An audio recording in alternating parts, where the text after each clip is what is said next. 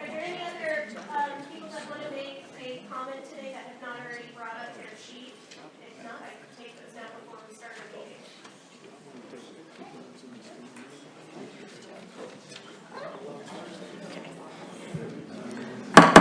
At 5:30 p.m., I'm going to call our meeting to order. Could we please have a roll call and a reminder for commissioners to press your button? Commissioner Brewer, Commissioner McDaniel, Here. Commissioner McCowan, Here. Commissioner Jablonski, Commissioner Byrd, Here. Commissioner McClure, Here.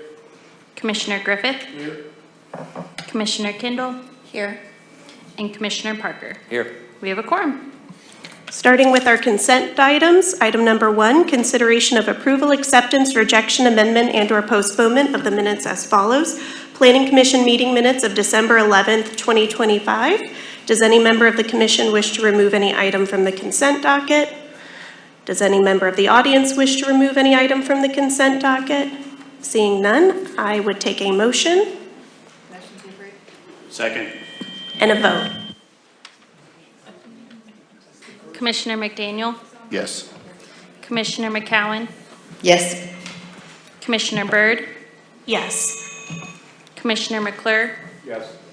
Commissioner Griffith, Yes. Commissioner Kendall, Yes. and Commissioner Parker. Yes. Passes 7-0. Moving on to our non-consent items, items number 2 and 3 to be read together. Item number 2, consideration of approval, acceptance, rejection, amendment, and/or postponement of ordinance O-2526-28, an ordinance of the Council of the City of Norman, Oklahoma, amending section 36-201 of the Code of the City of Norman so as to remove a tract of land being a part of the southwest corridor of section 27, township 9 north, range 2 west of the Indian Meridian to Norman, Cleveland County, Oklahoma from the C2 General Commercial District and the R1 Single Family Dwelling District and place the same in the RM6 Medium Density Apartment District of said city and providing for the severability thereof, northeast corner of the intersection of 24th Avenue Northeast and Alameda Street, Ward 6. Item number 3, consideration of approval, acceptance, rejection, amendment, and/or postponement of PP-2526-13, consideration of a preliminary plat submitted by Norman Premium Real Estate LLC, Cedar Creek Inc. for Norman A24 addition for property located at the northeast corner of the intersection of 24th Avenue Northeast and Alameda Street, Ward 6. I would take the staff presentation. Good evening, Logan Gray with the Planning Department. So we have a rezoning from C2 General Commercial District in R1 Single Family Dwelling District to RM6 Medium Density Apartment District and preliminary plat for Norman A24 addition. I should note that while the request is for a large portion of the site to be rezoned to RM6, the southwest corner is proposed to remain as C2.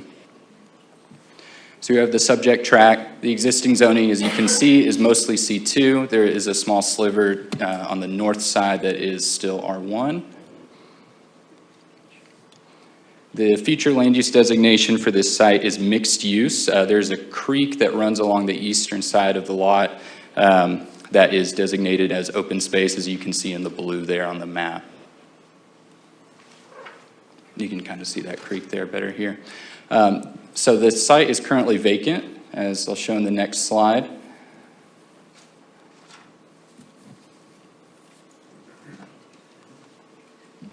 This is a map from the Parks Board meeting that happened earlier this week. The board voted 5 to 0 for fee in lieu of land. The fee to be dedicated to the further development of Royal Oaks Park, which is the nearest public park to the northeast of this site, shown here in that solid green color. This is a view facing north at the intersection of Alameda and 24th Avenue, showing some of the commercial uses on that northwest corner. This is a view just further north of that, kind of looking towards some of the more residential uses there to the north. This is a view facing east. The subject property is to the left of this image here in that wooded area. This is facing west-southwest, again showing some more of the commercial uses there. So here's the rezoning exhibit. The area that's outlined in pink is what is proposed as RM6. The white portion in the southwest corner is what is proposed to remain as C2. Here is the preliminary plat that has been submitted with this application. And the applicant has submitted a preliminary site plan showing a potential layout for the development of the site. I'm available for any question. Oh, and we have the protest map here as well. Staff is available for any questions. I believe the applicant's representative is present tonight and has a presentation. Thank you. Moving to commissioners' questions of staff. Oh, yes, real quick. Under the staff report, there are, I believe, 2 sections that show it's inconsistent with our AIM plan. Can you go through those with us real quick? Sure. I think it's on page 22, the multi-use policy, and then also the building types. Sure. So, yeah, the proposal is inconsistent for the mixed-use land policy in terms of density proposed. We calculated 13.8 units per acre. The mixed-use land policy proposes or supports 18 dwelling units per acre. As far as building types, the mixed-use land policy promotes a greater variety of uses and building designs. And what has been proposed here in the site plan, they are each structure is of single use and of similar design. So that's why those were listed as inconsistent. So the first one was AIM has asked them to put more units per acre on the site. Correct, correct. Okay. Mhm. Okay, thank you. I have a question. Okay. I feel like I'm yelling at you in this. So there's WQPZ on the site, yes.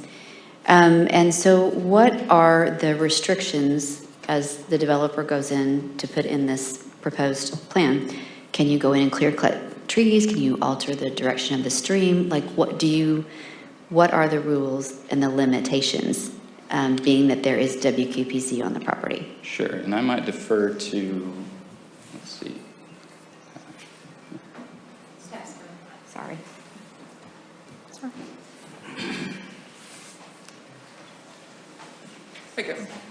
Brandon Brooks, Public Works Engineering. There is no development allowed in WQPZ. Just to preempt what I view to be a future question, there are 2 ponds located in the WQPZ here.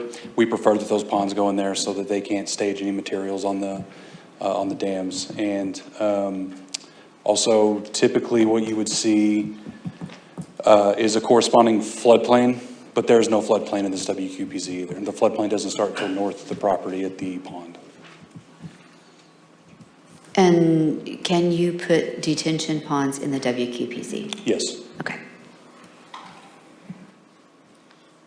Would you further clarify the clearing question as well about clearing trees and plants?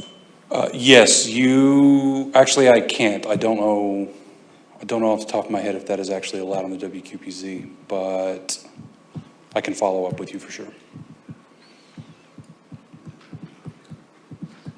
I think there probably is going to be more questions about that, because I know even with the WQPZ line, there's things that you can't do for like 200 feet outside of that too. So I don't know if all of that has been accounted for, but that may be an engineer question. Yeah, that would be something I would need to discuss with Ken and Todd as I transition into Todd's role as he gets closer to retirement, so. Can you all speak into the mics? Can't hear you. Apologize.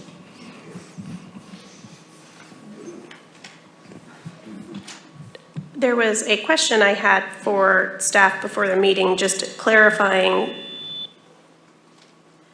the RM6 use for duplexes, because we do have other zoning types that allow for duplexes.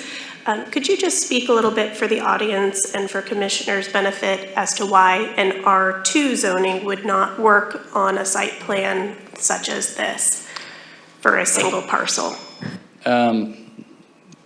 Well, I mean, R2, as it is proposed here, would allow for duplexes. It's my understanding that the applicant proposed RM6 for, because it aligns closer with the objectives of the AIM Norman plan, which for this lot is kind of higher density uses, which would be allowed under RM6. Oh, sorry. Sorry, threw Logan to the wolves this week.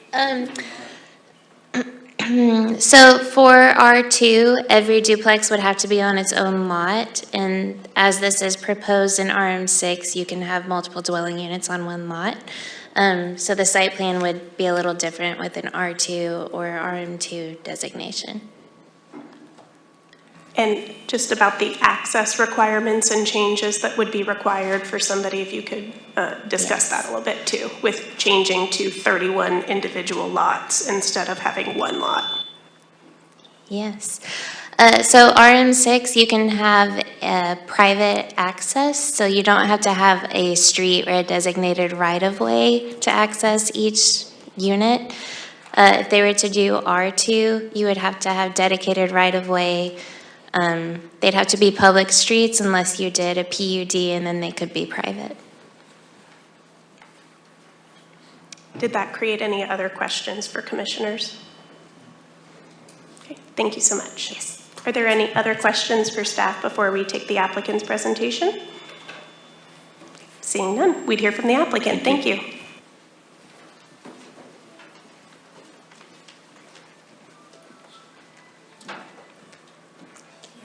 Thank you, Commissioners. Good evening. Sean Rieger representing the applicant here. And do I point over there? How does it?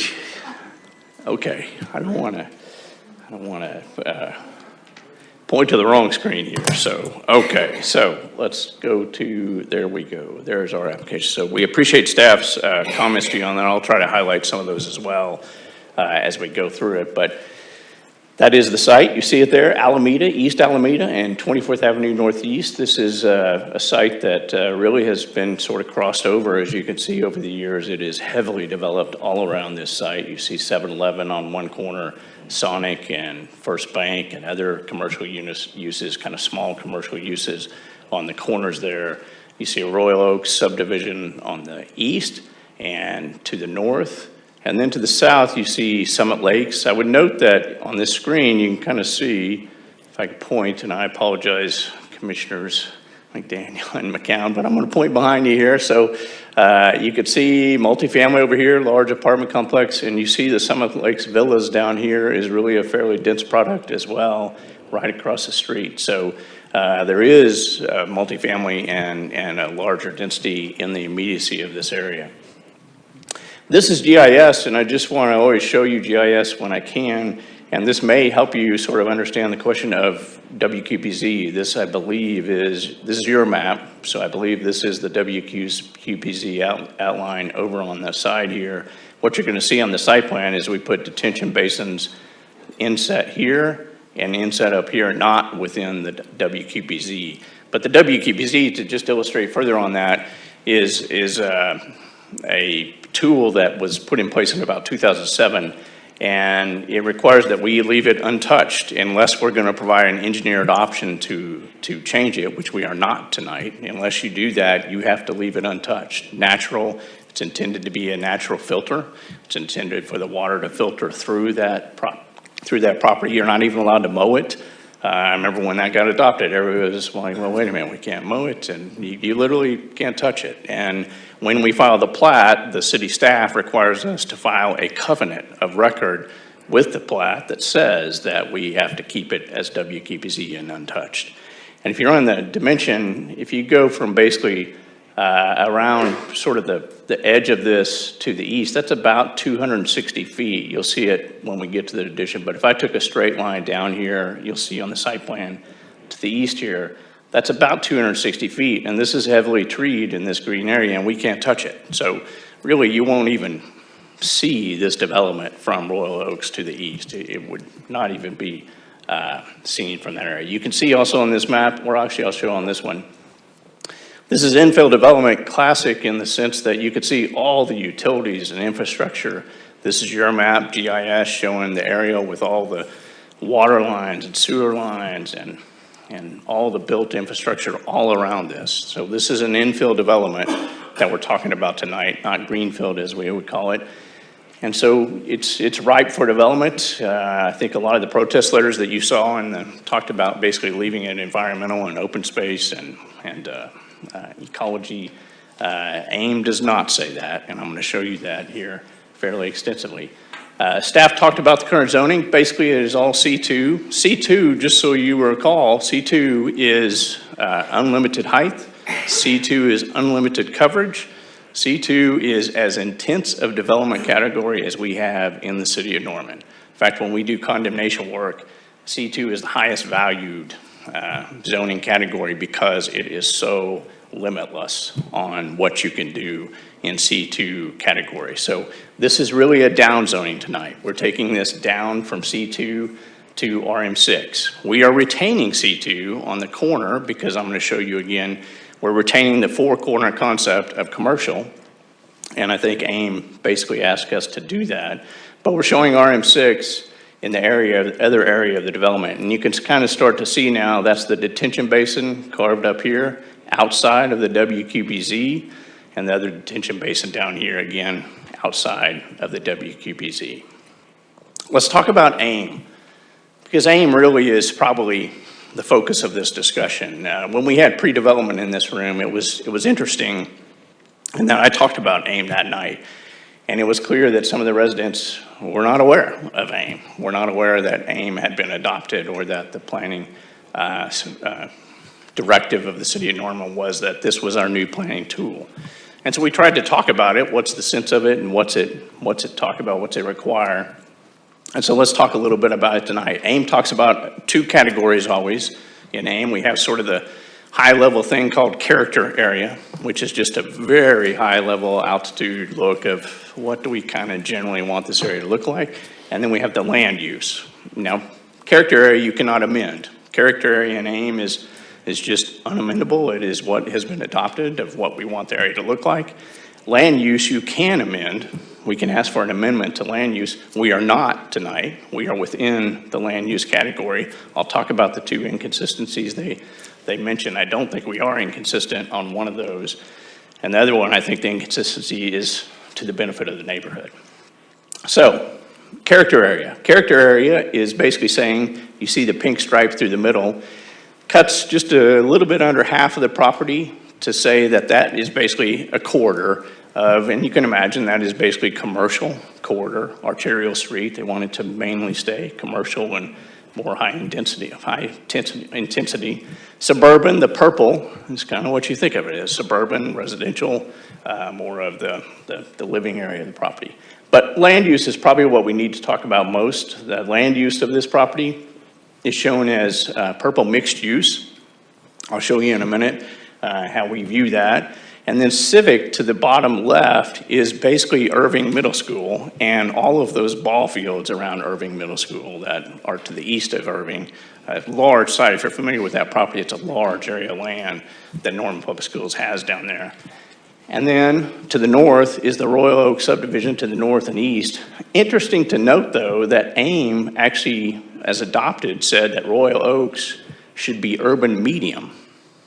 That's interesting because I'm going to show you in a little bit. Urban median actually talks about a much higher density than what Royal Oaks is right now. So AIM, you can see, really intends for this area to uplift in density. So again, we're not changing any uses on that. I wanted to show you just a broader picture of AIM as it's been adopted. And we're right in the middle there of that red circle. And we're again shown as mixed use. But I thought we might just look at Alameda. And if you look at Alameda, you see LC on the left, you see MX, you see UH, and that mustard yellow color, which is Royal Oaks subdivision, right behind us, again, is UM. Well, if you look at AIM, UM is gross densities that are greater than 8 units per acre, is what they call for. So all that UM, which is the mustard yellow there, AIM asks for all of that to be basically more than 8 units per acre. You heard staff tell you that we're proposed at about 13 units per acre. UH, which is right there on Alameda in the same mile, but to the east a little bit, UH is asking to be more than 12 units per acre. So this area of Alameda is intended to basically build out as a fairly significant residential area for East Norman. So let's talk about more closely of mixed use. Our site again is fully within mixed use. Staff wrote that, again, we're not asking for any change. We meet mixed use. We believe we meet it actually very, very well. Staff wrote that overall, the proposed development largely aligns with the AIM Norman land use and character area maps. And as to mixed use, staff wrote that gross densities in any single development should be greater than 18 units per acre. It's proposed as 13.8. Now that is one of those points of inconsistency. Let's talk about why we're not at 18. Really, it's topography. The topography of this site flows downward quite a bit. And to get to 18 would take a pretty significant engineered solution to get us to handle that topography. But we've tried to maximize it as we can. But I think that also is a benefit to the neighborhood. They basically are writing you and saying they want this to stay a field. They don't want the intensity of development for it. And so I think it's a healthy compromise to say, we're not going to do 18 units per acre, but we're going to do 13.8 in more of a duplex product. You heard staff talk about why duplex, why not RM2? Because we would then have to do individual lots. If we did individual lots, we'd have to have public streets, and it would be even less dense because we have to do much bigger streets and infrastructure to accommodate that, and we would do less density then. I do question, I love staff, but I'm gonna doubt them on one point as to the inconsistency, because they talked about in their staff report that mixed use did not allow for basically said they wanted mixed use within a vertical context. AIM actually supports horizontal mixed use, and you see it on the screen there on page 167. And Norman 2025 did this too. Both community plans have said that horizontal mixed use is just as acceptable as vertical mixed use. And so what it says is the use of one area for multiple uses, such as commercial, office, and/or residential. Mixed use can be horizontal or vertical. So you're right, we haven't proposed vertical mixed use because RM6 does not allow for commercial and C2 does not allow for residential. But within the site, within the mixed use AIM plan, we are doing horizontal mixed use, and AIM recognizes that as an appropriate level of mixed use. So I think we do meet that category. I've shown you these screenshots before. Actually, a few different ones this time, but this is AIM. We know we have a housing problem. We know we have a serious housing problem, and that's your document, AIM, showing you that over the next 20 years now, and actually this was done a couple of years ago, but next 20 years, we're gonna have about 50,000 more people, 23,226 new dwelling units are needed. We're showing you 62 tonight. We're not gonna get to 23,000 tonight, but we better start somewhere, and all the ones we can approve and start developing, we need them. And you see at the bottom, AIM talked about one of their goals is to enhance and promote infill opportunities in existing neighborhoods. It's going to be a challenge in policy making and for you decision makers, because you're going to have crowds like this show up as we do this. But are we going to follow AIM or are we not?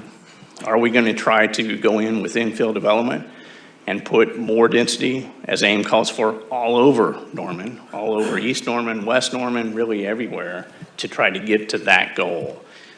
We're going to try to do that, and every time we show up with these, we hope that you will accept that in keeping with the goals of AIM.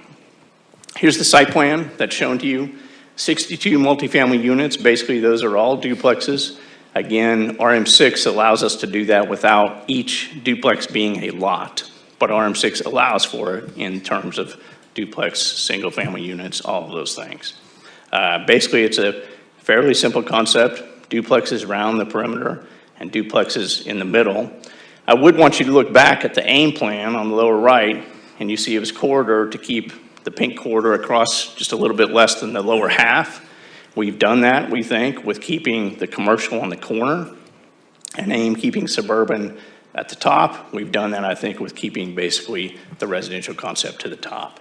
You see the WQPZ zone is all shown in blue over here, basically untouched. We're not allowed to make any changes in that area.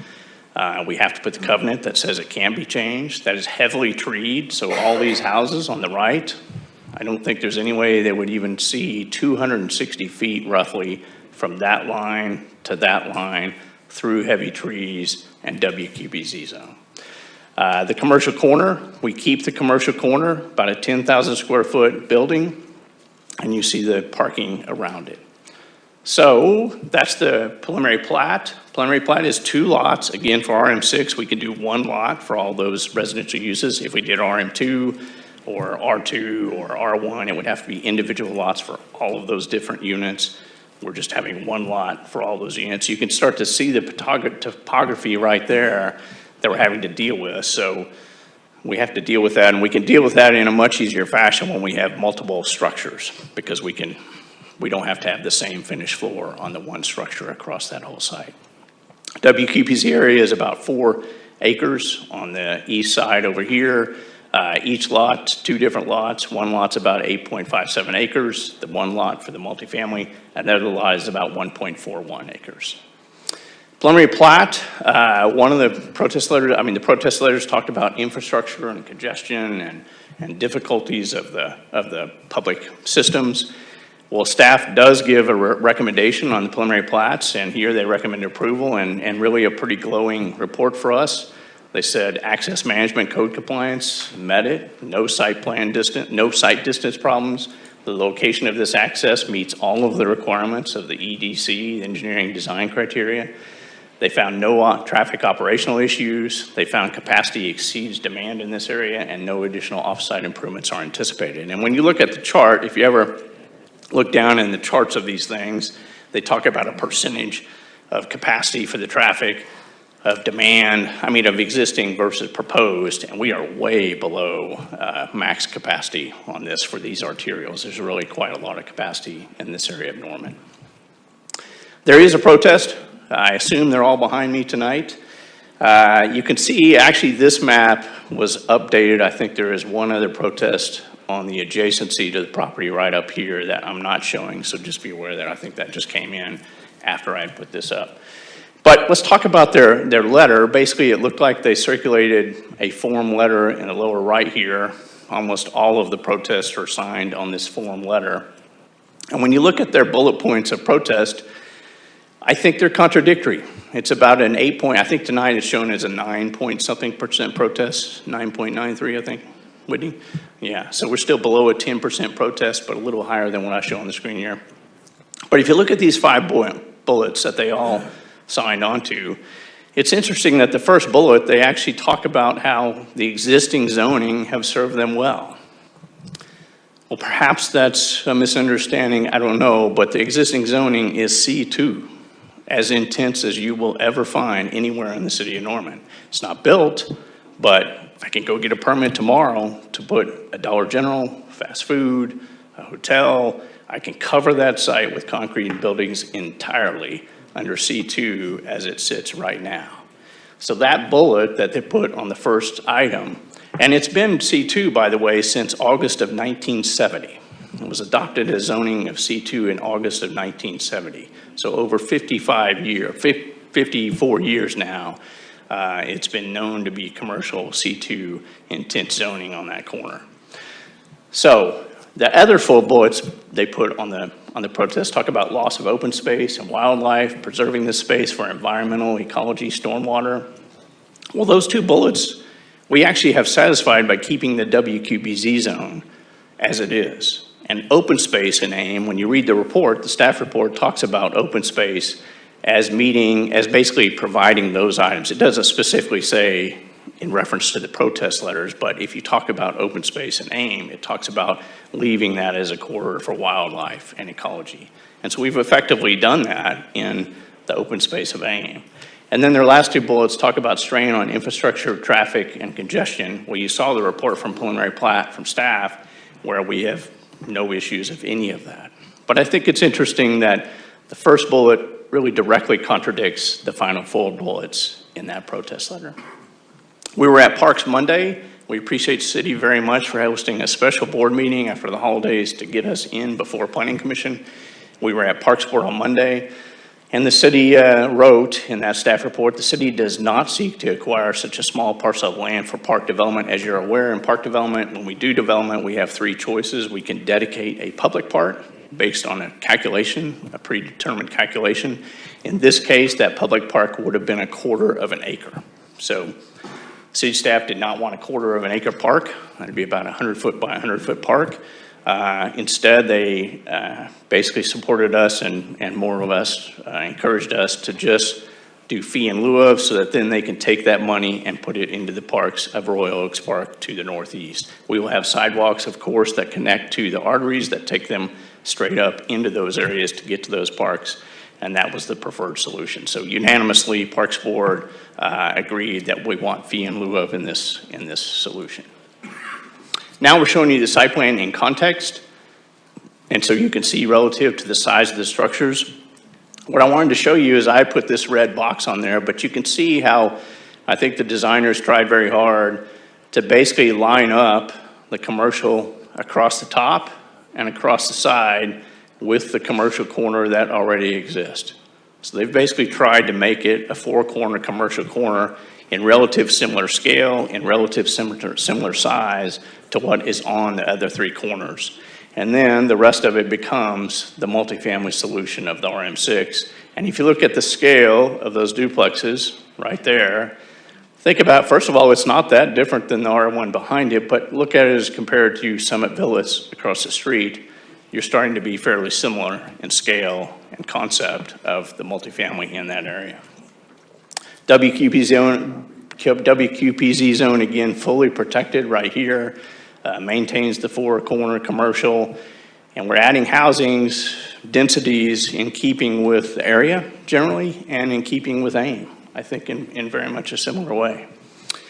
I'll finish with staff report. Staff wrote, overall, the proposed development largely aligns with AIM and the character and land use objectives, and the proposal will provide a different housing option and additional commercial activity to this area of Norman. Again, unanimous approval at the Parks Department.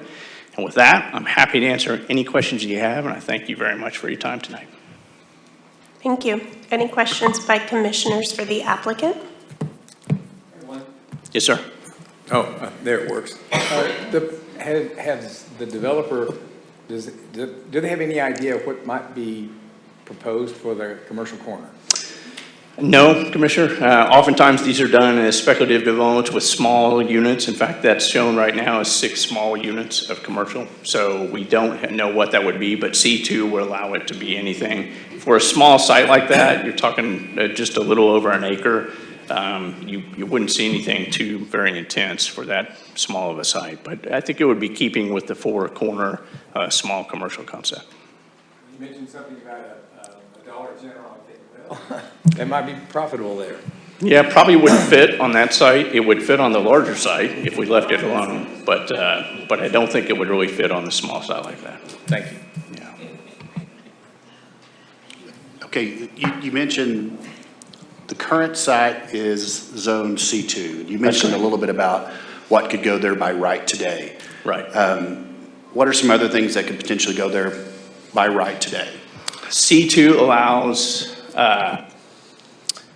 car dealerships, gas stations, fast food restaurants, offices, every form of retail, everything in retail, virtually everything in food. Just really the full template of uses in Norman are allowed on C2 development. Unlimited height as well.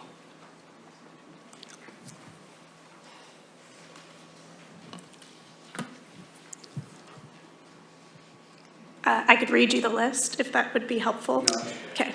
Yeah, I didn't put it on the screen. I have a short look, and it also incorporates everything in C1, which incorporates everything in CO, which incorporates everything in O1. So it is a waterfall cascading effect of basically everything. I think Jane's maybe looking at it there, but yeah, it's. So again, by right today, without any issue, you could have a 4-story building there right now on that site. I have to go plat it, so I still have to plat it, but as a building permit, after I'm platted, the zoning use is approved right now. Yeah, I could do actually you've taken off parking requirements now, so I could do a 20-story building there, and if I wanted to. 30, unlimited height, so anything I wanted to.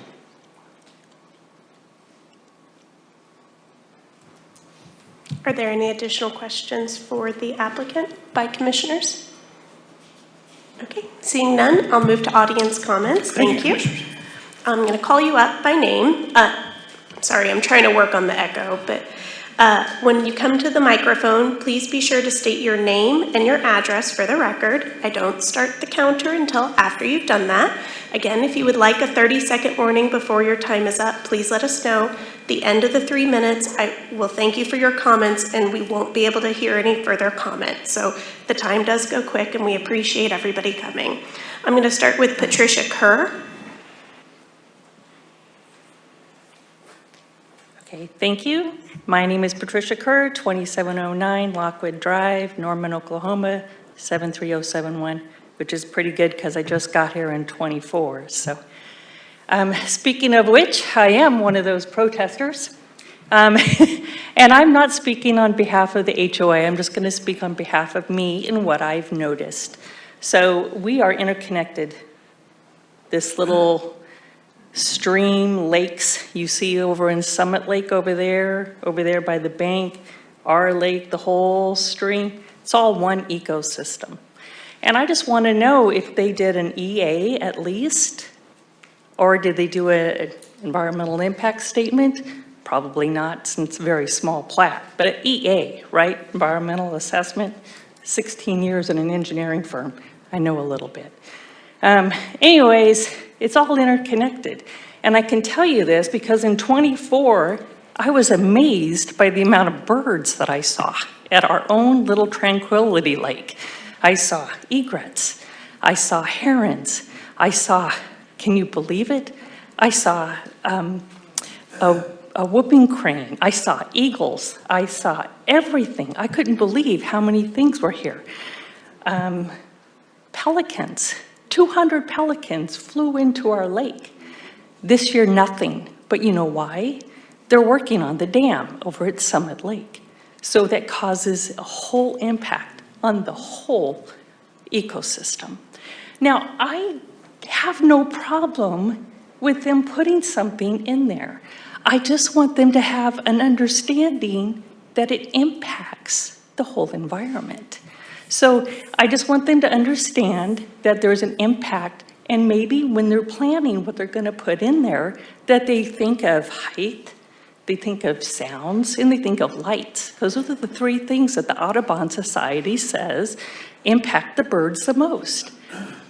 So we've lost all but the Canadian geese, the ducks, and we've got 2 blue herons in our lake now. But I'm hoping that they'll come back. The second thing I want to talk about, I noticed that they use the Google Street on the Alameda, the corners and everything, and it doesn't show the bike lane. So we have a library just down the street on Alameda, and that bike lane is crucial for all the kids and people who are traveling. And I just want to make sure that when they're restriping, whatever they're going to do to allow entrance on both 24th and Alameda, that they leave those bike lanes in. And then lastly, AIM, which is always a very good purpose for a planning committee. I mean, you have to think ahead, right? But it's always done in relation on being good stewards, right? And so that one little area that he had the whole aim, and all I could see was that big old section of the river, right? Thank you I'm very like, much for "What are your you-" comments. Thank you. Thank you. I'm going to move to J.C. Crosby.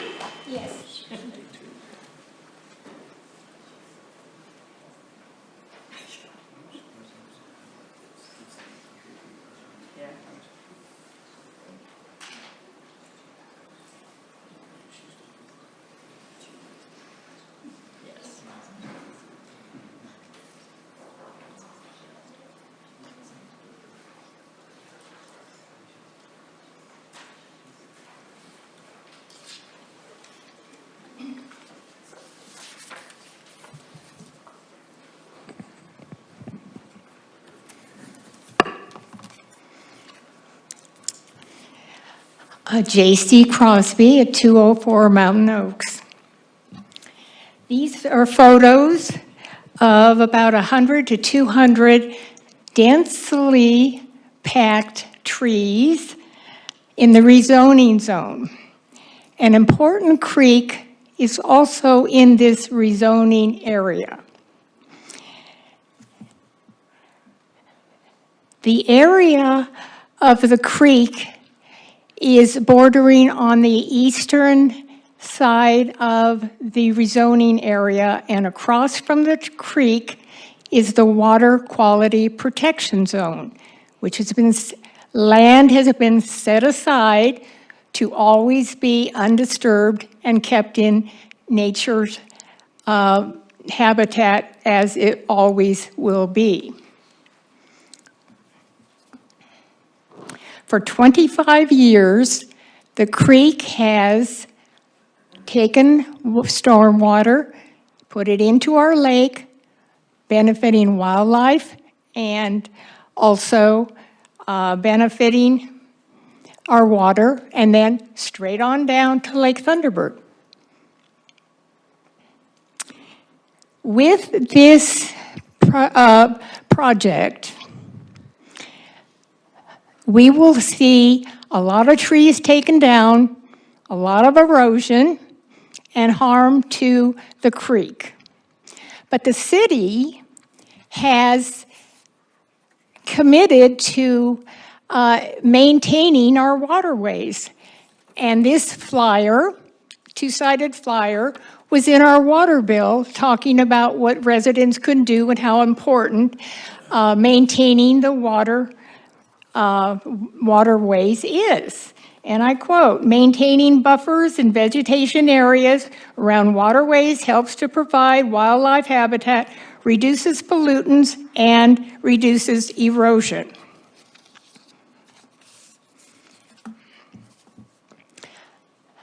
We were given a map of some duplexes. This means nothing to me because when the rezoning, if it is approved, at that time, they have the right to change the design to anything that is in compliance with the building code of Norman's 36-519 RM-6, which allows for 3-story apartments. So, to quote, "can build up to 3-story apartments," unquote. So, we have the possibility Thank you very of a much for your 3-story comments. apartment. I'm going to move to the next person now. Thank you very much for your comments. Thank you. I have Matt Dono, sorry. Yeah. And same thing for anybody. If you'd like the 30-second warning, let me know. Otherwise, I'm going to give you the full 3 minutes to speak, and then thank you. Okay. My name is Matt McDonough. I live at 313 Edgebrook Lane. And I'm not originally from Oklahoma. I'm not a native Oklahoman. The U.S. Navy brought me here, and we chose to stay here. We were lucky enough that I could almost begin and finish my career here. I'm originally from Massachusetts, and I'm very familiar with medium and high-density housing, and lived in and around it, and have seen its shortfalls. The reason why we came to Norman and chose to stay was for its quaintness, and then the fact that I could afford my first home that we're still in now in Royal Oaks. We love it here, and I chose to stay here, and now I have a very successful career. And being a good citizen and understanding now what more of AIM is, I get it. We're going to grow. Norman's going to grow, right? And growing smartly, I think, is the purpose of AIM. But some of the comparisons are a very well-spoken representative that he's good at his job.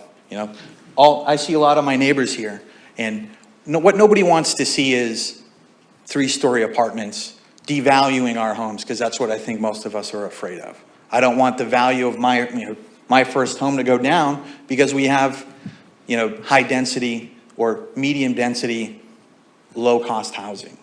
And the comparison of the Summit Villas to the apartments, that's not a very good comparison. That's a gated community with a very high value. Not that those apartments aren't nice, but there's a difference between a $300,000 or $400,000 unit and $1,000 a month.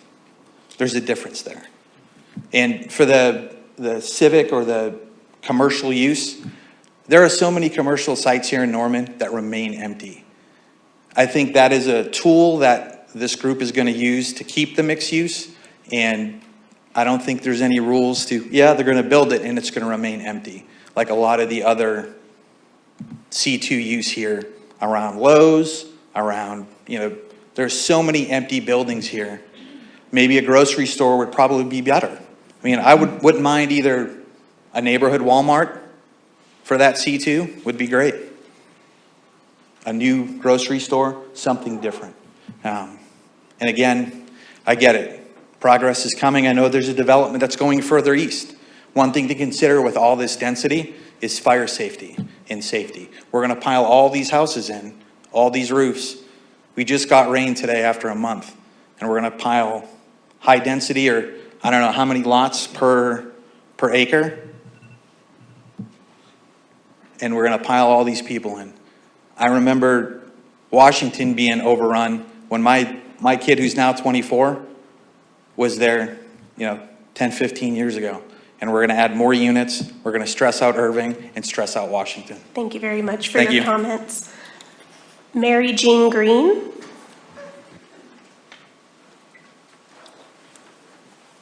I'm Mary Jean Green, it rhymes, and I live at 116 Devonshire Drive. And I just have a few bullet points really because, you could talk on and I'd go way past the 3 minutes. I wouldn't want to do that. My first comment is the protest map. Mr. Rieger commented that one of the homes in the closest zone, their letter didn't get put on there.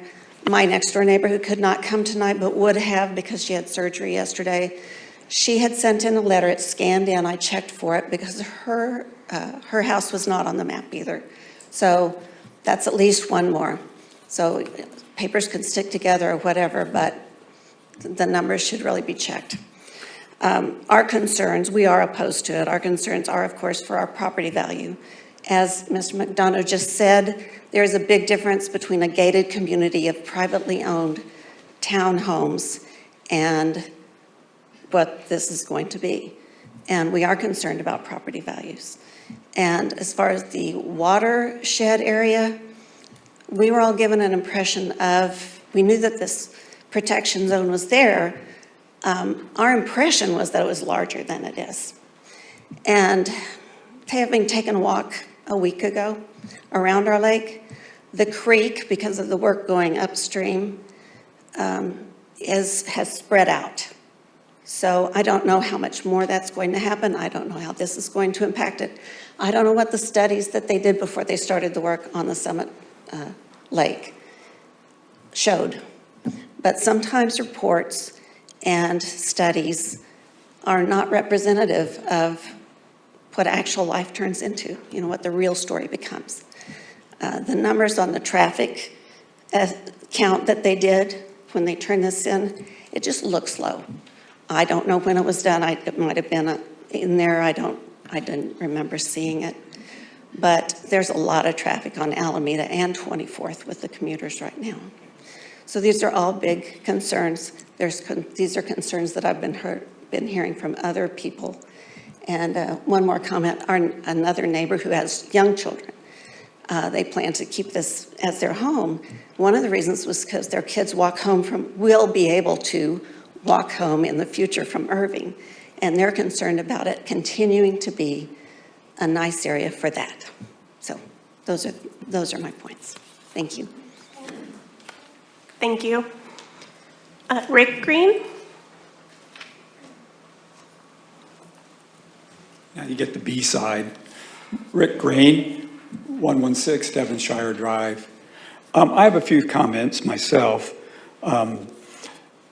because I just found out about AIM myself really in the last 6 months. Did not know about all the redistricting and different things. And some of the things that are really concerning is, just to be honest and blunt, is cramming in all these people in that small area with the traffic that was just brought up, the in and out. The people that live across the other side of Alameda on the south side, they are elderly, most of them. They're talking about their property value, the gated place, all that traffic coming out of there as well as coming out of the corner at the same time of the day or different times of the day is going to be a real hazard. I don't think they've thought through the traffic. They put a bike lane on Alameda and it made the lane smaller. So you've got to watch out if a guy's driving a trailer and they go over, you've got to try to swerve out of their way. And I've only noticed like 3 or 4 bikes in the last 6 months using those bike lanes. It's kind of sad that they went ahead and did that when there's really no people really using the bike lanes. Not 4 people in 6 months is what I've seen. And one of them was coming the wrong way. So the area that's west of Alameda is usually, it's apartments, young people, and college students for the most part that I see. It's not, and as been brought up, the property value of putting those duplexes, however they're going to, however high they're going to make them, is of a concern. When I first went out on Alameda at that intersection, my friend lived at 60th, and you had 7-Eleven and the Mexican restaurant that was there at the time. And there was a stop sign in the middle of the road, basically. And that was it. I never thought about how much growth was going to be in this area already. And then with the future to 2045, I probably won't be here. But it looks like it's going to be, if you jam it in like you're doing here, people are not going to be happy. People like to have a little bit of breathing room, if you know what I mean. You don't like to look right at your neighbor's windows and different things and people on top of you. And if they build that 3 stories, my back deck, I'll be able to see those 3 stories. I have a deck that faces the west. So the growth, I understand there's going to be growth. I don't like the idea that you don't know what it's going to be, how tall they're going to build the buildings. So that's a concern. And I think I've said everything I wanted to say. My main concern is the traffic. Thank you very much for your The traffic. comments. Thank you. I'm going to move to Roger Gallagher.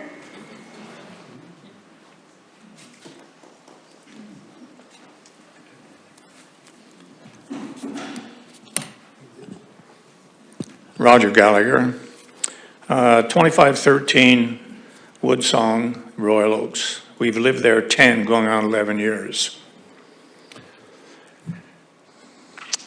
A lot has been said about council voting and then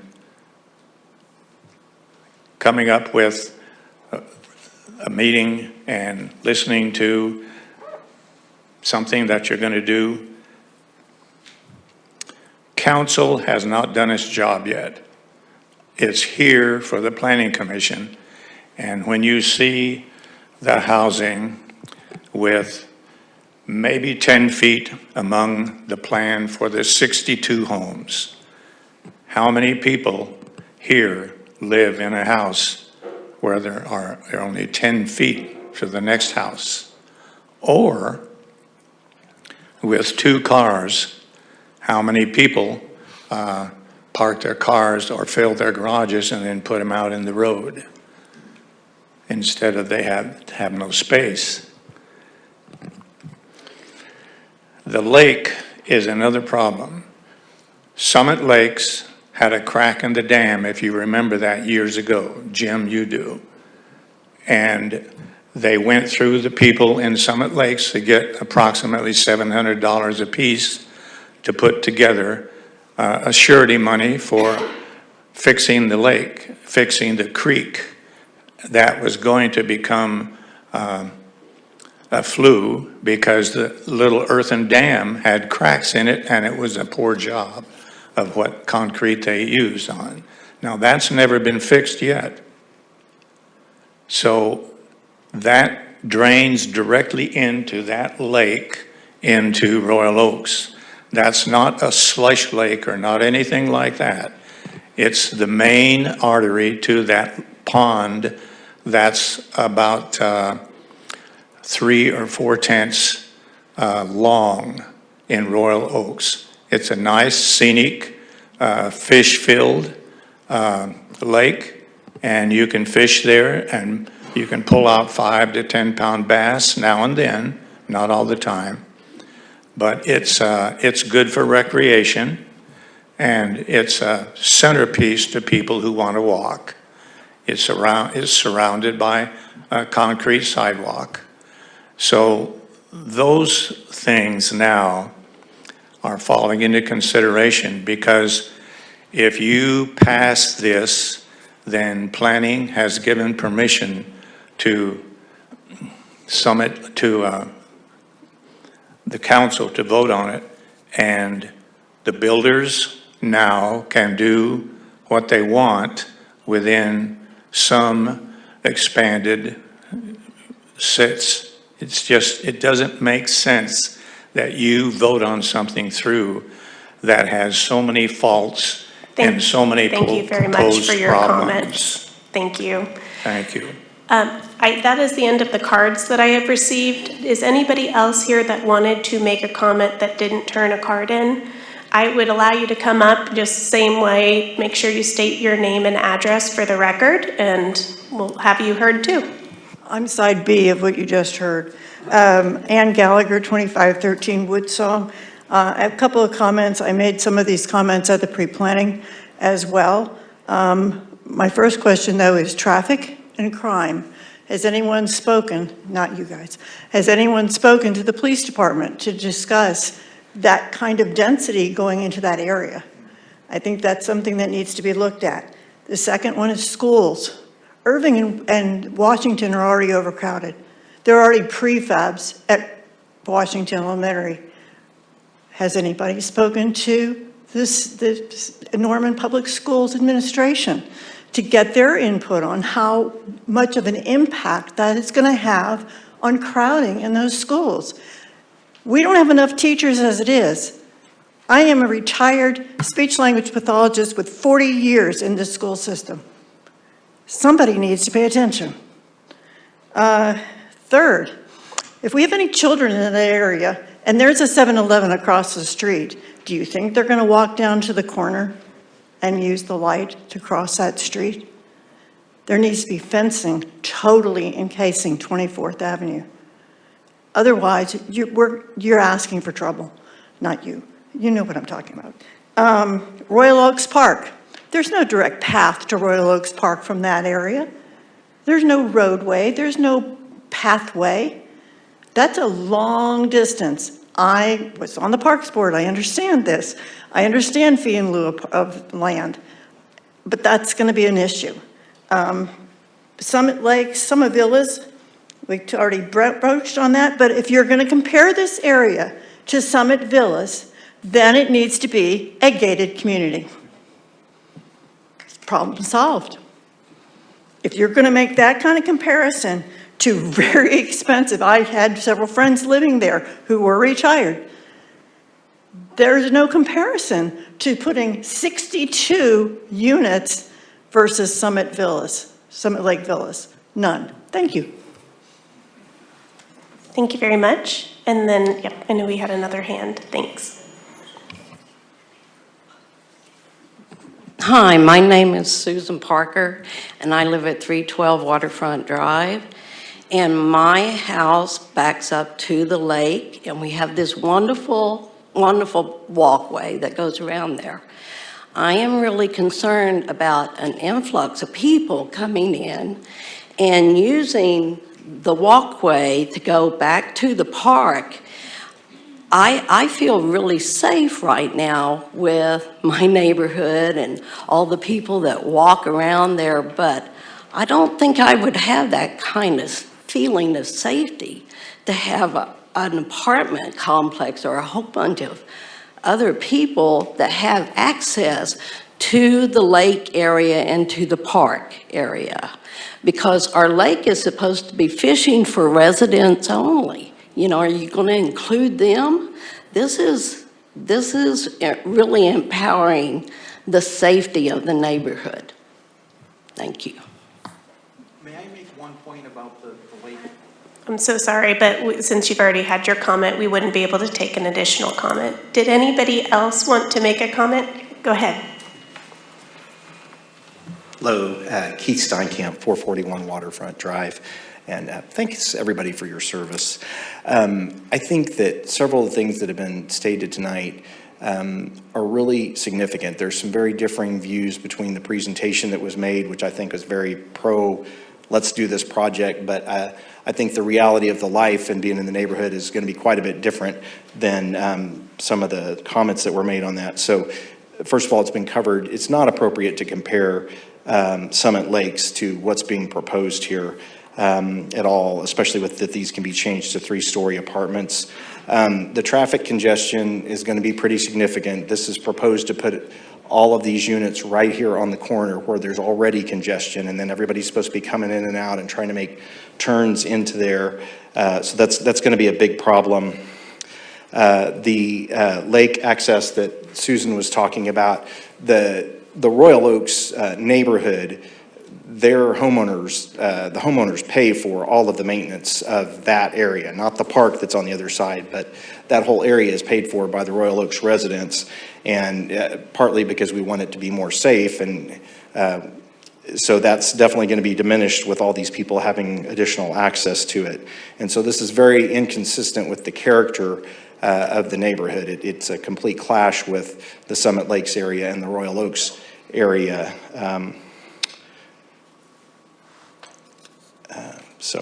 And then on the wildlife issue, that's another thing that this is very, very much going to significantly impact the wildlife. I know that there's that little area that's going to be left there, but the area that's being blown out and developed is a completely heavily wooded area. So that's going to be all torn down. And I mean, there may be some little strip that's left, but there's not going to be any animals that are going to be able to stick around and be safe in that little strip compared to what it is now. So thank you very much. Thank you. Were there any other audience members that wanted to make comment? Yep, go ahead. Hi, Sandra Whalen, 325 Waterfront Drive. And the one thing that the last two speakers said, and I noticed on one of the slides, was the park. I mean, not the park, sorry, the pond. And we are HOA members. We pay the fees to maintain that. And just the idea of that being open to this dense area of just anyone coming in, and the safety of it is just very concerning to me. Thank you. Thank you. Any other audience members? Go ahead. I'm Bonita Kubert, 316 Waterfront Drive. Two things that I did not hear mentioned is the number of pets that will be moving in to that area with whoever comes. Big dogs, little dogs, snakes, you name it, whatever. The second thing I want to say, well, I need to say my property backs up to the lake. I've been there 25 years. The supposed development that is going in on 36th in Alameda is going to have egress into our single exit. We have one entry in and out with one light, one lane coming, one lane going. And a bunch of people from the 36th development on the corner of 36th and Alameda will be coming through our area to exit as one of their 4 egresses, as the design I saw recently showed. And it's my understanding that that's in their design. So that really bothers me, since we already have a hard time getting up the hill when it's icy and waiting for the light to change. Thank you. Thank you. Any other audience members? Okay, thank you very much. Okay. Before we move on to discussion, do any commissioners have additional questions for staff to start? I will do a separate section for the applicant if there's any questions for the applicant, but do you have any questions for staff? I do. Is there someone here from Parks and Rec? No, okay. I had a similar question when the in lieu of was mentioned, and the public and HOA parks were taken into consideration, because I don't know that we have the option as a city to, dictate how an HOA is using their private park. And so I didn't know if part of that fee, if this was to move forward, could actually be used for fencing, for some kind of access protection for those living in that area. Before we have the applicant come up, could I have a staff member come show the slide again with the parks on it?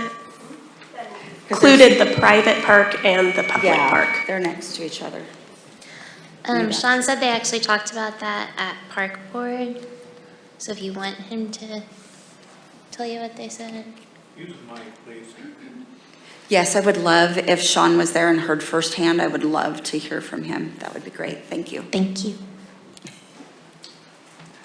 Thank you. I'll try to be, it was Monday, right across the hall. It came up, actually quite a bit of discussion on that because of that map. And what came up on Monday was the park commissioners were asking that question. They asked James Briggs, can we use the money to put into basically the pond area? And James told them no, because it's private property. You cannot take public money of fee in lieu of funds and pay on the private property. I'll expand a little bit on that. There was more discussion about sort of Roy Oaks and the pond. It was discussed how James, I hope I remember this accurately, James was saying he gets a lot of calls on can we fish that pond because people think it's the city pond.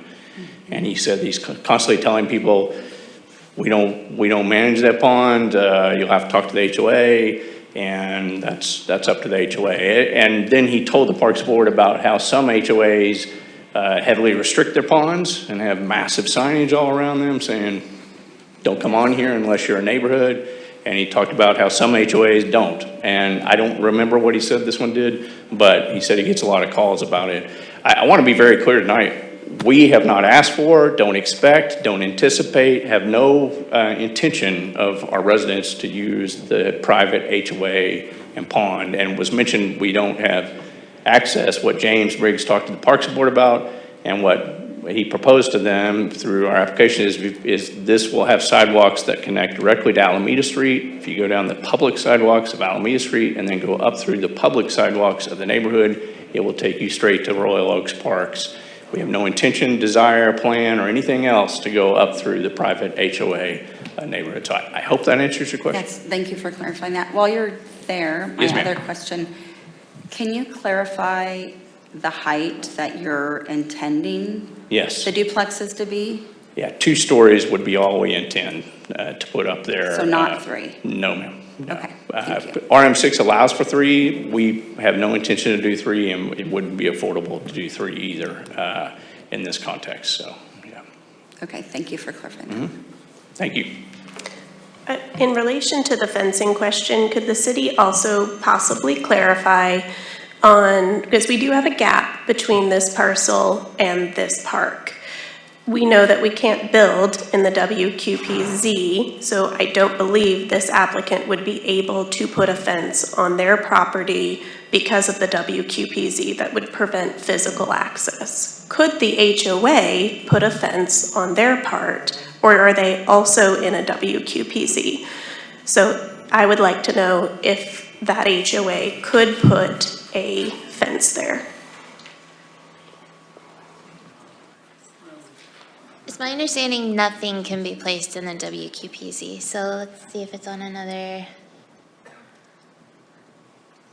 It's a microphone there for a reason. Yeah, I'm using it. Thank you. You think the kids aren't gonna jump in that pool? I'm going to ask to refrain from any comments, please. Thank you so much. So the WQPZ does show to go on their property to the north, so no fence could be placed there. That would be a question, though. So that parcel, I don't know if that is also the HOA, but they privately maintain a pond.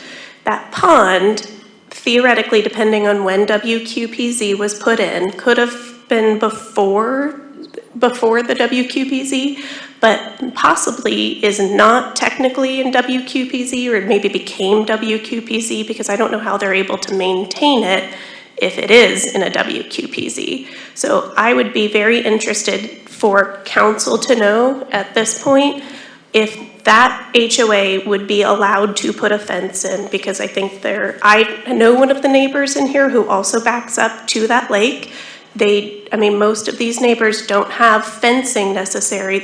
You're using this backyard as part of the amenity to appreciate the lake there. So in many cases, if somebody did wander through and went all the way to the lake, they could get right into somebody's backyard pretty easily. So I think it would be helpful to know for the neighbors in the HOA if they could put a fence there, and I think that would be valuable for council to know, I guess. So if this was platted before the stream planning corridor was adopted, then it would not apply to their plat, so they could fence around it. Thank you. Should they choose? And to clarify, this applicant cannot fence theirs because they have a new project while a WQPZ is in place. Correct. Thank you for that clarification. You're welcome. I had a couple of others. These are more just, I think, clerical points on here. So this is a straight zoning request. So we have been presented a site plan, which is required for duplexes. But there were some audience comments. It is technically anything within that zoning could be built should the plan change. And that's where the comments about the 3 stories are. We understand the intent is not, but to clarify for everyone, a 3-story apartment could be put in there under that zoning at a future time. Correct. Thank you. And could anybody possibly at the city speak to the effect of the work that's happening at the Misty Dam at Summit Lakes on this area? Brandon Brooks, Public Works Engineering. Did you have a specific question about the work at Misty Lake? Well, is there a known effect that is happening because of the work on the dam that is trickling through this property, the WQPZ, and into that lake? A known effect would be that we are discharging at a constant rate not to exceed the historic discharge rate of that pond in any given rain event. And so as we draw down that lake, that's probably why they're experiencing larger volumes in that channel. But it's during the rain this morning, we were not pumping, so the lake was filling back up with capacity from the rest of the watershed. As we continue along, at some point, we will draw the lake down far enough that we won't be discharging anymore. And so in the event of a rainstorm, because that lake catches so much of the watershed, you would expect to see reduced rates in the stream to the north. But when we complete, the lake will fill back up and it'll be business as usual. Can you provide some information for residents if they have questions about the process, if they have concerns, where should they reach out to the city to address those? They could call Public Works Engineering and they could ask for Jason Murphy. They could ask for Brandon Brooks, or they could ask for Tim Miles, or they could ask for Scott Stearns. Thank you. Would you repeat those names, please? Jason Murphy, Brandon Brooks, Tim Miles or Scott Sturts? Sturts with a Z.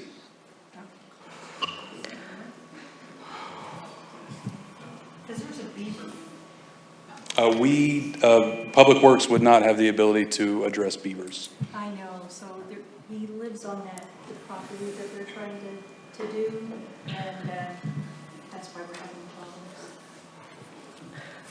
problems. Okay, so, I think, oh, and just confirming if bike lanes will continue to be maintained following this development by the city, if the city could confirm that that is true.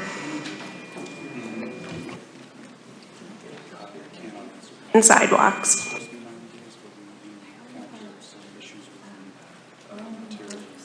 David Riesland, Transportation Engineer. Yes, those bike lanes were put in with federal congestion mitigation air quality funds. We would have to have a very good reason to remove them. There is no intent to remove them whatsoever. Thanks for that clarification. I'm done with my list of staff questions. Do commissioners have any additional questions for staff? Okay, seeing none, do commissioners have any questions, additional questions for the applicant? Okay, go ahead. Yes. There was a mention in one of the comments about the duplexes being low-cost housing. And can you clarify what, I know you cannot set a rent now for future homes, but I'm sure that there's a factor figured in there in the pro forma of what an average rent right now would be. Could you comment on that? Yeah, I can only say, this comes up every time we stand in front of Commission and Council with zonings. This is not a low-income project. We have not asked for any tax incentives, rebates, low-cost section, none of that. We've not asked for any of that. And we were just talking about it in the back, the engineering. What's happening in multifamily right now is it's incredibly expensive to build it. You have to come up with significant financing, significant property insurance coverages. So these are not low-income projects, far, far from it. I don't have a written number for you, and I would never have one at zoning stage because it happens so much farther out in the process after they do lending and construction costs, which they don't do at this stage. So I don't have that number for it. I do a little bit to the point. Realized earlier tonight when I compared to Summit Lakes, I did not compare it to Summit Lakes in terms of cost. I compared it in terms of density. That was my comment as to Summit Lakes Villas, and I think it does compare to that in terms of densities. I make no comparison as to valuations of the properties nearby.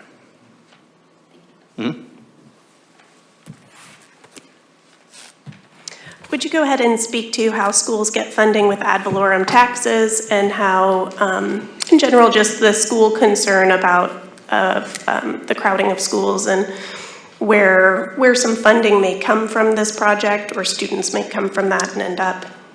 Yeah, I am far from an expert on that, so if there's others that can answer better than me, I don't know, but I will tell you what I understand. I was on Citizens Finance Committee of Norton Public Schools, and I've represented them before on projects.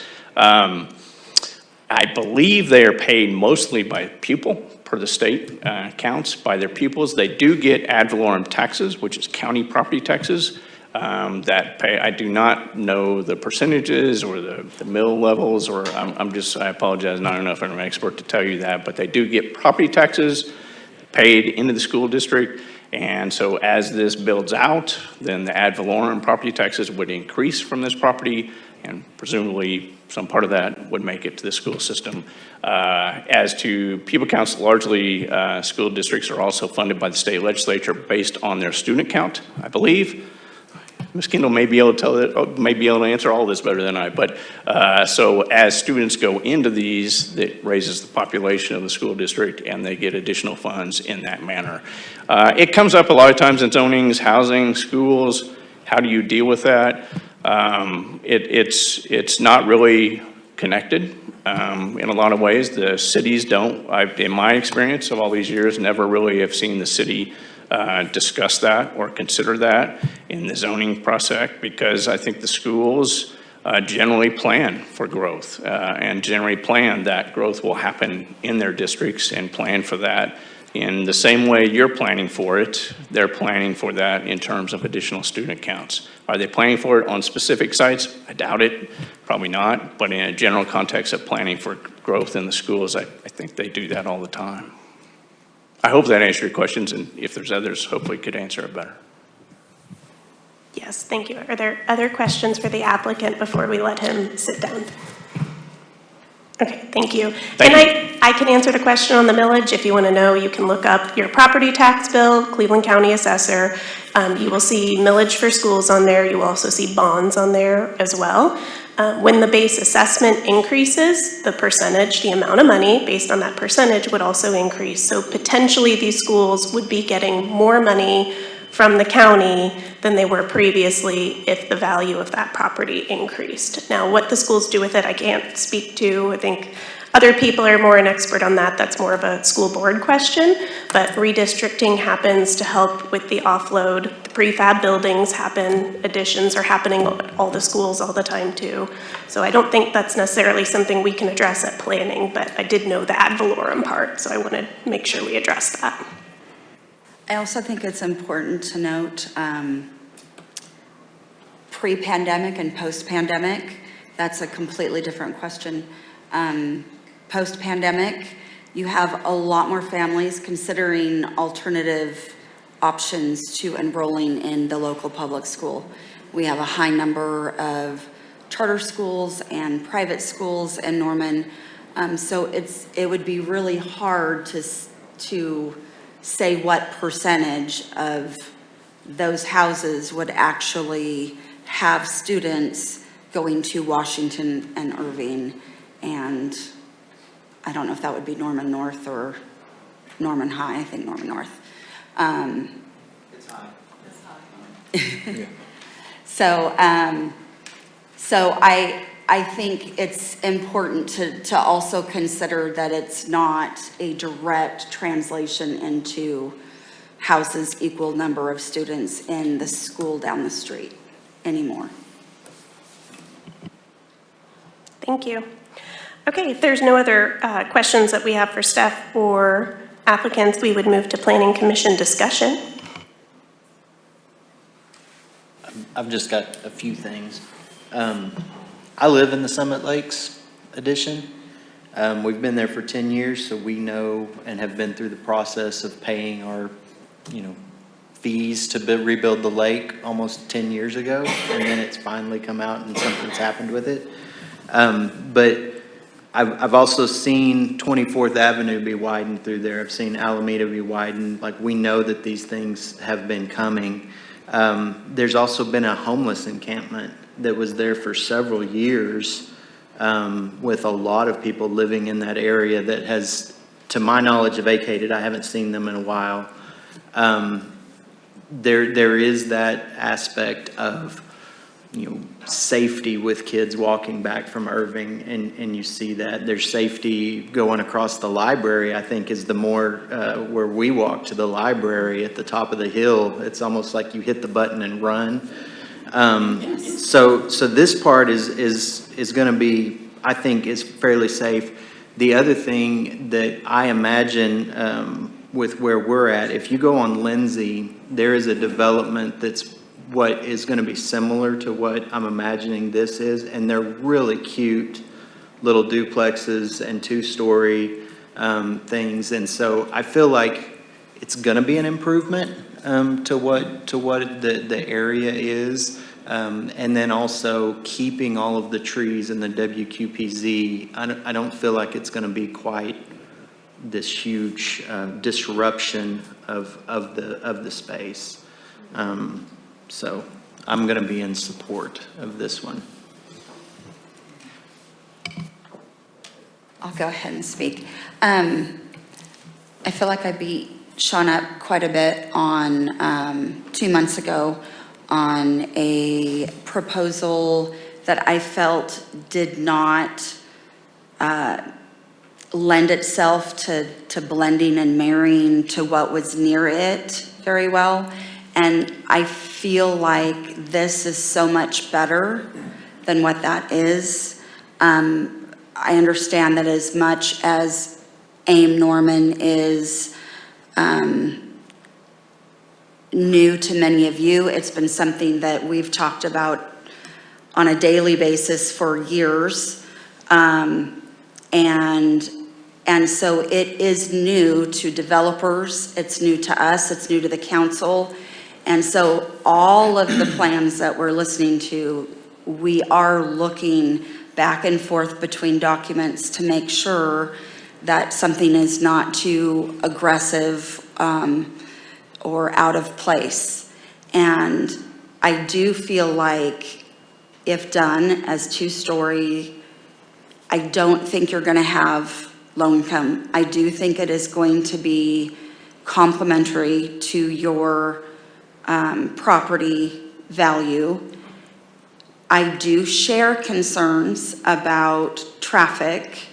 Currently, I'm not commuting into town on Alameda, but when I was, particularly at the hours right before school, as a school teacher driving to one, that intersection is where all of a sudden you go from, if you're heading west, no traffic to traffic. And so I do feel like, especially at school zones, and then everything from 3:30 to like 6 is gonna be a little trickier. So I would like, to echo the comments about fencing or whatever, to really direct where people are crossing streets. Make it really common sense and safe, and a way to deter the young from making the unsafe decision, because it would be difficult to do so, if that makes sense. I'm trying to think, there was one other comment I wanted to say. Oh, the other thing, the other comment I wanted to make, not on the project, but on the process, is someone had said they didn't want us voting to approve and it moving forward, or making the decision, I should say, and moving forward. So I just wanted to clarify, unlike zoning, where when they vote, that change happens. When we vote, it is a recommendation. So whether we all agree it should move forward, or none of us agree it should move forward, or somewhere in between, when it gets to council and is heard again, it can go completely different, or it can go exactly the same. And I've seen an equal number of both.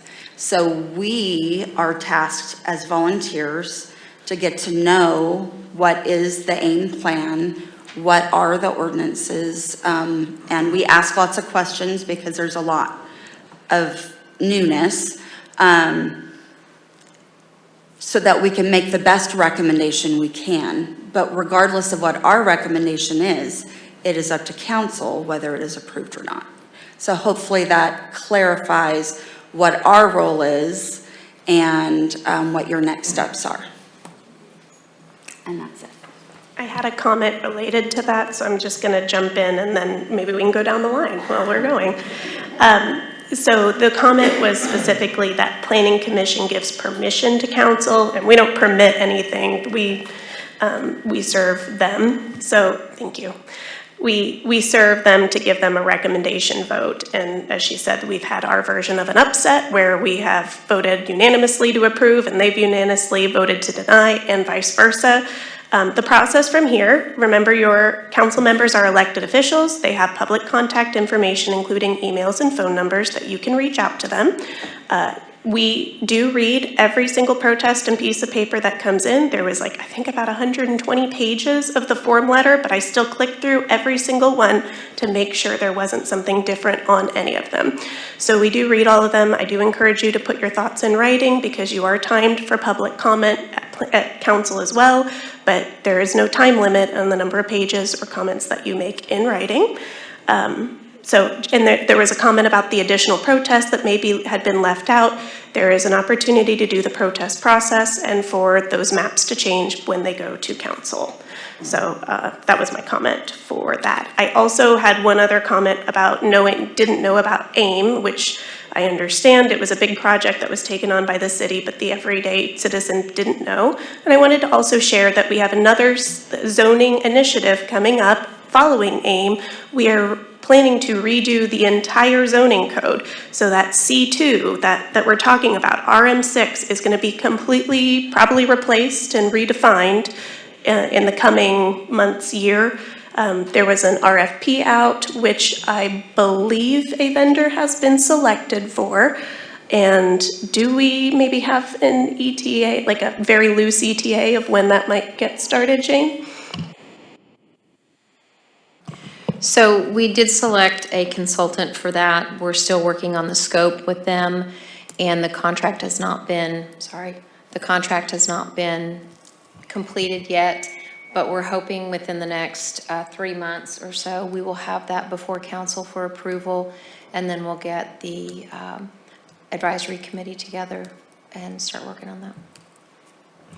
Thank you. So those will be opportunities to engage in the process and learn about it and before it goes into effect. So I will now continue down the line if there's more discussion from Commissioner Griffith, but wanted to interject while it was fresh. Well, I would like to make a comment about this project. And as a former Ward 6 city councilman, the thought of a C2 project being put on this site that could possibly be a huge, huge detriment to the neighborhood is quite frightening. Everything about this particular project, granted we're going to lose some trees, but the density is nothing like it could be, even with RM6. And the fact that a C2, God only knows, as Mr. Rieger was kind enough to point out. Yes, I really appreciate the fact that the Water Quality Protection Zone is a third, roughly, of this project. So the problem with wildlife, yeah, there's going to be a loss of some habitat, but the density of this project is not going to be a huge deterrent to the Water Quality Protection Zone, in my opinion. I'm in full support of this, because this is a whole lot less than it might have been. And the developer has been very conscientious about what's going on in your neighborhood. I was looking at some photographs of the density of the structures, and it completely mimics the neighborhood to the west. There are 10 feet between most of the houses on the west side and the north. Some are blessed with a little more. So I think this is a great project for this area, and I'm in full support. So there are some kinks to be worked out. I like the idea of the fencing to protect the kids on the 24th Avenue side. There's the really nice rail-like fencing that doesn't have to be stockade fence. I mean, I built a house out east of town for a while, and we had this wonderful fence that you could see through, kept people and critters out, and would certainly be a huge deterrent for kids trying to cross the street where they shouldn't be. So there are possibilities to work out some of the kinks that you guys are talking about. So anyway, I think that's something that will come about in comments in council, and certainly encourage your council members to, your Ward 6 council member, to fight for some of these issues and make those changes to satisfy the neighborhood. I think this is a decent development, and certainly far superior to what might be as a C2 project. So anyway, I'll share that. My 3 minutes are up. Well, I would like to continue with it. You know, as the commissioner said, one of the protesters made the comment about we don't want to be right here 10 feet away from somebody. And I was sitting here and I'm looking at Google Maps. And over on the left side, there's 42 homes that look like they're about 5 feet away apart from each other. They're probably 15, 20 feet away at most, but they are tight, tight, tight. That's number one. Number two, we talk about the slowing down of the traffic. There's, I don't know, 300, maybe more homes in Royal Park, or Royal Oaks, excuse me, as opposed to 62 different families or single people or whatever coming in and out of there. And they'll have 2 entrances or exits. There's got to be some give and take when it comes to this in reference to the environment. Totally on board with that, totally on board with that. Maybe there is something that can be done, whether it's by the people at Royal Oaks or the EPA in general, getting them involved, to make it so that those things come back, the ingrats come back, the eagles come back, make it more appropriate for them in the pond area. But I'm absolutely on board for this as well. I wanted to move into Royal Oaks in 1999 when it was really getting started, and I couldn't afford it back then. Now that it's way up, I can't afford it now either. Okay, so I won't be moving over there, but I'm in favor of it as well. So thank you.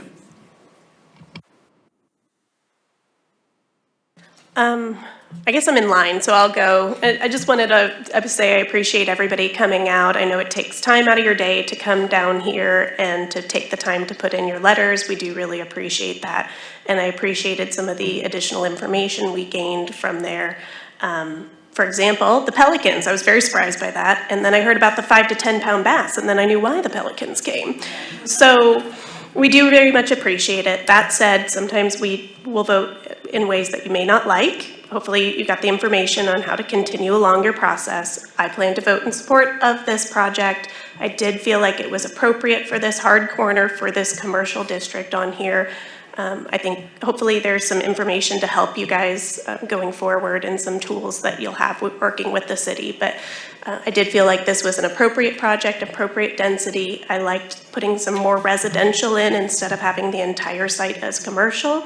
And we voted not to allow, we voted against some other projects that also didn't have any open space protections, and I did appreciate that WQPZ protection and open space on there. So I think there's maybe some improvement with the parks. I'd be remiss because Jablonski is not here today, but Commissioner Jablonski would very much have pointed out how far that walk was. And so I just, for his sake, since he is not here, he would have acknowledged that was a far walk, and we understand that as well. So thank you so much for coming out, and I'll move along. Okay, my turn. I do want to say that I'm very familiar with Royal Oaks. 313 Edgebrook Lane was my first house we actually built that house. So, okay, it's been a while, but sure. So I am sympathetic I appreciate everybody who came and spoke this evening. I'm sympathetic to your concerns about wildlife and the habitat that will be lost. I hope that some assurances and more understanding about what you can and cannot do in the WQPZ will help. I do think that I'm a broken record when it comes to this, but I would, encourage the developer to go beyond what is required in landscaping requirements. Put back some of what has been removed. But like my fellow commissioners have said, it is our job to analyze the projects that come before us. And though you may not like how the vote turns out, it is our job to look at them and make sure that they are following the recommendations made in the comprehensive land plan. And that plan was months of many people looking and making decisions. And it is our job to look at those recommendations, and I will support the project. It does meet their requirements. That's it. All right, I'll be real quick. I echo a lot of the comments that were said by the other commissioners, but I do believe that this is a project that, under its current state at C2, there's no telling what could be built here. And I love the fact that they've shrank the C2 down and created a buffer. That's exactly what we are telling developers to do. We don't want 1 to 4 family and C2 touching each other. And in this case, it does not. It creates that buffer, and so I'm gonna be voting in favor of this project. So. Okay, if there's no other planning commission discussion, I would take a motion. Move to approve, and I'll second. And is there any additional discussion on the motion? Seeing none, we would take a vote. Commissioner McDaniel, Yes. Commissioner McCowan, Yes. Commissioner Byrd, Yes. Commissioner McClure, Yes. Commissioner Griffith, Yes. Commissioner Kendall, Yes. and Commissioner Parker. Yes. This passes 7-0. Moving on to our next non-consent item, consideration of approval, acceptance, rejection, amendment, and/or postponement of O-2526-37, an ordinance approving requested detachment of certain property located at 2800 and 2801 Hensley Road in the city of Norman, Oklahoma. I'm going to pause and just ask if everybody could please quietly exit so we can go to our next item and hold discussion for outside the room. So again, we need to continue. We've got to continue our business. I really need everybody to quietly take their discussion outside of the room so we can continue. Okay, thank you. I would take the staff presentation. Good evening, Commissioners. My name's Beth Muckala. I'm with the City Attorney's Office. We are here to discuss a petition for detachment. Now, it's been since COVID that we've had one of these, so I know a lot of you won't have done one. I'm going to go through the basic requirements, but as you know, this isn't a very common thing, so I'm obviously going to be open for questions at any point. There really isn't a city-specific process for it, so when these come forward, applicants are following state statute. So we're enforcing that, but we're also doing it in conjunction with what little reference there is in our code, which is specifically that it has to come before Planning Commission, before it goes to City Council for consideration of the ordinance, and so that's why it's here. Otherwise, we are looking at issues of format. Are the notices required? And then the specific things that are laid out in statute, which aren't incredibly detailed. It's kind of broad brushstrokes in a lot of ways. So what happens is, like other petition processes, when it is individual instituted, they're going to bring their petition signed by a certain percentage of owners. I believe 75% is required, but as you'll see in our staff report, we have 100% of these owners that have actually brought the petition, so everyone's represented, and they are in turn represented by a legal counsel, which I've been in touch with during this process. So what happens is the clerk, like in other situations, will be verifying those signatures, and the other city departments are evaluating what other requirements there are, so that we're sure that all of those statutes are followed. So the additional considerations are, has it been platted in lots and blocks? And of course, we need to know this because if they've taken advantage of a city process, installed infrastructure, or any other stuff we've invested in, that obviously matters. So they really can't be platted in lots and blocks, and this one is not. Is it located on the municipal boundary? As you'll see from the maps that I've shown you, and probably you've seen in the staff report, it is on the southernmost boundary of Norman. And have they followed the form? Well, that's something that I work with applicants on before we even get to you. So yes, it's in good shape. We verify that. They've provided their two statutorily required notices in the paper, again, before it even comes to you. They completed those notices before they even set it on this agenda. And so Public Works and Utilities are the most important departments that look into these for the infrastructure issues. However, this has been in front of planning and the fire department as well. So this property in particular was originally annexed in that humongous annex back in the 60s, where the city was acquiring East Norman for the Little River Reservoir and the Lake Thunderbird watershed. This property isn't platted. However, interestingly, there is a survey on file for it that's titled H&L number 9. Now, I've confirmed that this is not a Norman-specific survey. Even if it were, that is not considered platting. So it's still not an issue, but I wanted to make that clear because if you've looked closely at the maps, you'll see that with the exception of these two lots, I believe the rest of it is entirely outside of municipal Norman. So this is zoned, these two parcels, which are a combined 20.1 acres more or less, they are zoned A2. And each parcel appears to have been owned by these named petitioners for more than 10 years already. Here is the map that was generated by the city clerk's office when the petition was received. And as you'll see, these properties are located at the northernmost terminus of Hensley Road. And again, you'll see Hensley Road is entirely outside of Norman until it gets to these two parcels. They're literally the last parcels on the road. Here is an aerial of the property from the GIS that shows the A2 zoning, the municipal boundary, and if you'll notice, it also shows the floodplain off to the left.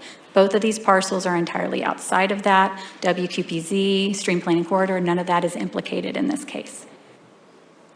So following your consideration tonight, the schedule looks like the ordinance going to first reading February 10th, and then second reading on February 24th. And we, as the city, are required to post a notice 10 days in advance of that. So you see the timeline there for us doing our state-required publication by notice. And then upon an approval, if it's received, what would happen is we would then send the ordinance to the county for recording and to the tax commission, obviously, for those purposes. So I'm happy to answer any questions you might have. Yes. So I am unfamiliar with this. I was not around commission during COVID. So can you speak to the reasons why someone would want to annex their property? So I can't speak for the applicants. I do understand very generally, and by the way, they have a representative here. They'll be able to speak to that they're evaluating it from the standpoint of their own benefit, right? Are they receiving a benefit from being within the municipal boundary? You're going to be looking at it from the standpoint of the city's benefit, obviously. If that answers your question. Not specifically.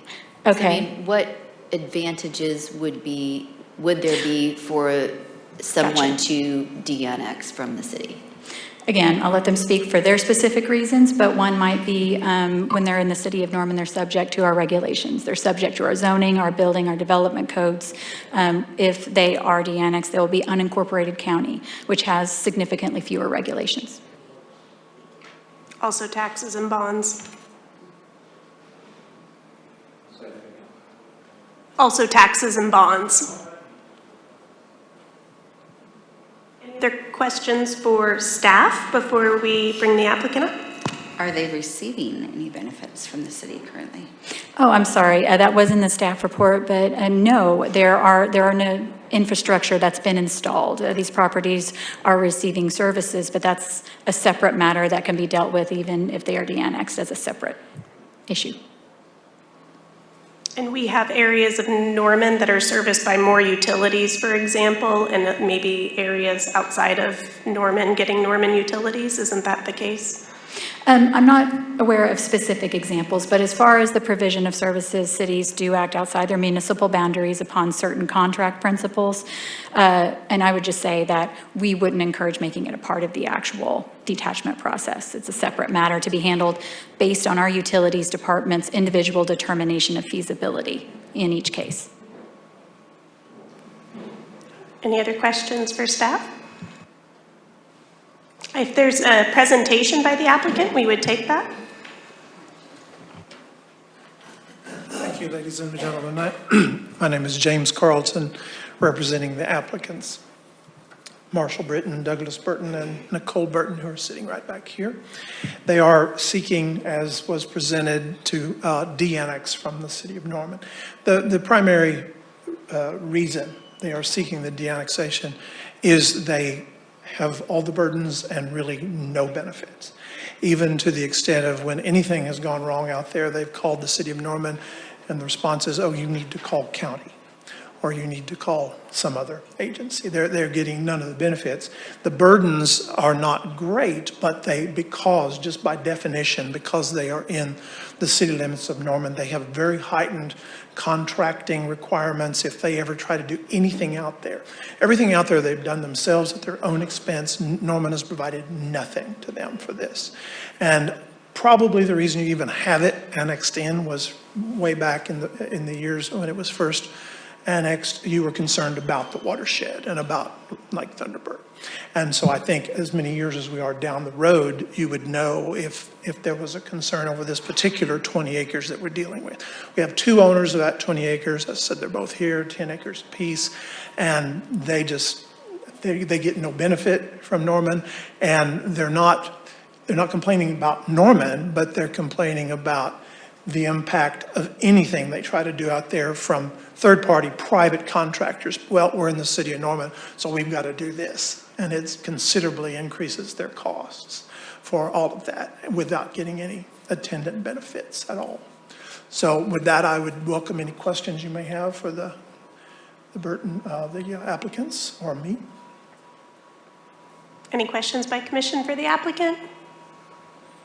Okay, seeing none, we would move to any audience comments. And seeing none, planning commission discussion. Beth, would you be able to just hit that microphone button? Thank you. And if there's no discussion, I would take a motion. Second. And a vote. Commissioner McDaniel, Yes. Commissioner McCowan, Yes. Commissioner Byrd, Yes. Commissioner McClure, Yes. Commissioner Griffith, Yes. Commissioner Kendall, Absolutely, yes. and Commissioner Parker. Yes. Passes 7-0. Moving to our next item, item number 5, consideration of approval, acceptance, rejection, amendment, and/or postponement of ordinance O-2526-31, an ordinance of the Council of the City of Norman, Oklahoma, amending section 36-201 of chapter 36 of the Code of the City of Norman so as to remove a replat of the east 236 feet of Lot 6 and the east 200 feet of Lot 7 of Elmwood Addition and Lot 12 in Block 1 of Parkview Addition to Norman, Cleveland County, Oklahoma, from a CCPUD Center City Planned Unit Development and place the same in a CCPUD Center City Planned Unit Development and providing for the severability thereof, 542 and 534 South University Boulevard, Ward 4. The applicant requests postponement to the February 12th, 2026 Planning Commission meeting. Again, that was February 12th Planning Commission meeting. Would I get a motion for that?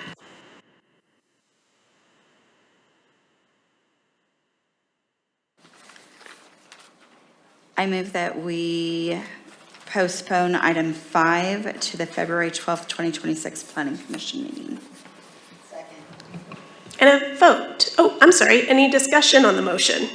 Seeing none, now a vote. Commissioner McDaniel, Yes. Commissioner McCowan, Yes. Commissioner Byrd, Yes?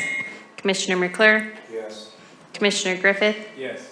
Commissioner Kendall, Yes. and Commissioner Parker. Yes. This item is postponed to February.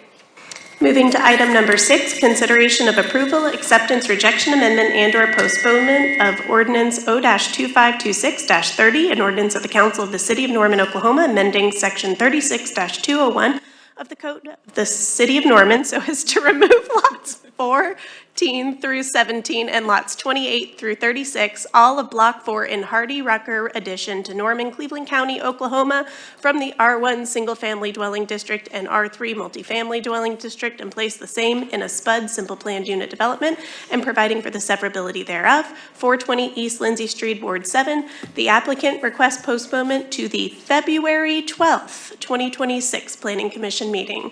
I would take a motion. I move to postpone item 6 to the February 12th, 2026 Planning Commission meeting. Second. And a vote. Commissioner McDaniel, Yes. Commissioner McCowan, Yes. Commissioner Byrd, Yes. Commissioner McClure, Yes. Commissioner Griffith, Yes. Commissioner Kendall, Yes. and Commissioner Parker. Yes. This item is postponed.